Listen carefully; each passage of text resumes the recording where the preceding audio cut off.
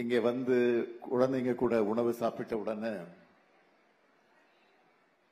இந்த குழந்தைங்க மாதிரி எனக்கும் எனர்ஜி வந்துருச்சு. எப்படி இன்னைக்கு முழுக்க நீங்க ஆக்டிவா இருப்பீங்களோ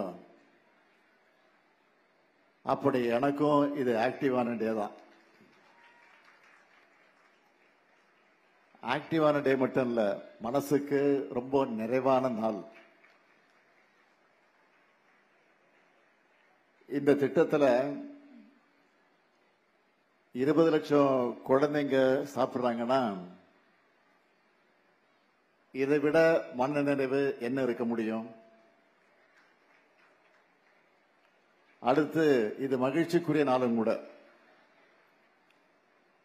ஏன்னா honourable Punjab CM my younger friend Bhagwant மான் அவர்கள் இங்க வந்திருக்கார். On behalf of the people of Tamil Nadu, welcome you. இதுக்கு முன்னாடி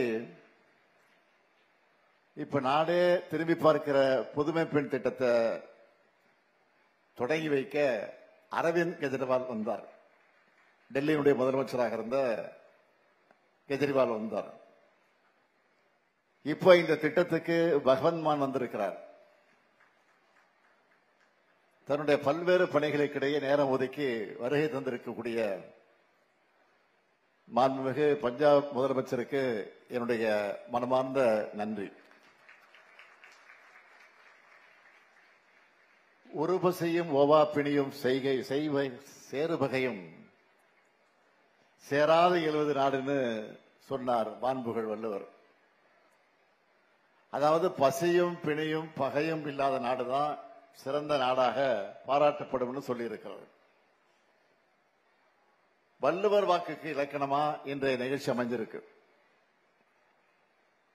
கல்வி அறிவை வழங்குறதா மட்டும் பள்ளிகள் இருக்கக்கூடாது. அவங்க வயிற்று பசியும் போக்கணும். நீதி கட்சி காலத்தில் நீதி கட்சியுடைய ஆட்சி நடைபெற்ற போது அப்போது சென்னை மாநகராட்சியில பள்ளி குழந்தைகளுக்கு, மாநகராட்சியில் படிக்கக்கூடிய பள்ளி குழந்தைகளுக்கு உணவு வழங்கப்பட்டுச்சு. அதனுடைய தொடர்ச்சியா பெருந்தலைவர் காமராஜர் அவர் ஆட்சியில மதிய உணவு திட்டம் செயல்பாட்டுக்கு வந்துச்சு. இதோட தொடர்ச்சியா காலை உணவு திட்டத்தை நம்ம திராவிட மாடல் அரசு தொடங்கணும். இந்த திட்டத்தை தொடங்க காரணம் என்ன என்றால், ஆட்சி பொறுப்பேற்ற சில நாள்ல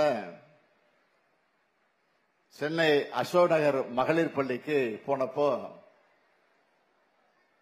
அங்கிருந்த மாணவிகள்கிட்ட காலையில என்ன சாப்பிட்டீங்கன்னு சாதாரணமா கேட்டேன். ஆனா நிறைய குழந்தைங்க சாப்பிடுன்னு சொன்னாங்க.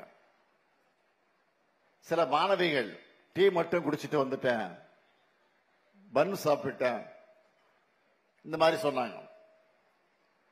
இதை மனசுல வச்சுதான் காலை உணவு திட்டம் தேவை என்பது அரசின் கொள்கையாகவே அறிவிச்சேன்.